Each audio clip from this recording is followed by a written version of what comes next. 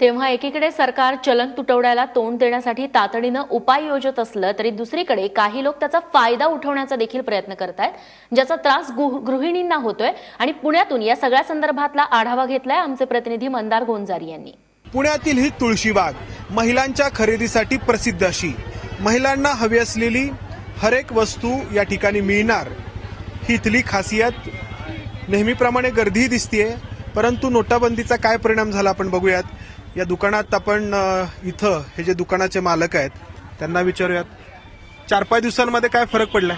फार गिराईक फार कमी झालेलं आहे आणि हे जे रुखवताच्या वस्तू वगैरे घ्यायला जी गर्दी असायची ती फार कमी प्रमाणात आता खरेदी करतात लोक। कार्ड पेमेंट होतं का तुमचं? कार्ड पेमेंट होतं ना, तरी पण परिणाम झालेला आहे। फार कमी लोक येतात खरेदीला आता। तुम्ही काय खरेदी करायला आलात?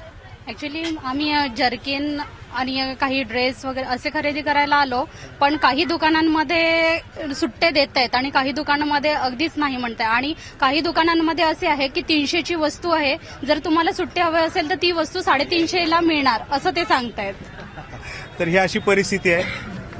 या दुकानामध्ये आपण बघतो घरातल्या सजावटीच्या असतील किंवा किचनमध्ये आवश्यक असणाऱ्या वस्तू असतील, अशा वस्तू या ठिकाणी हारणी मांडून ठेवण्यात आलेल्या आहेत। ज्या दुकानांमध्ये कार्ड पेमेंट होतं, डेबिट कार्ड असेल, क्रेडिट कार्ड असेल, त्या ठिकाणी लोक खरेदी करू शकतात, त्या दुकानदारांना फारसा परिणाम होत नाही। परंतु ही जी तुळशीबाग आहे त्या ठिकाणी बहुतेक जे व्यावसायिक आहेत ते छोटे छोटे व्यावसायिक आहेत, छोट्या छोट्या वस्तूंची ही दुकानं आहेत आणि बहुतेक ठिकाणी कार्ड पेमेंटही होत नाही।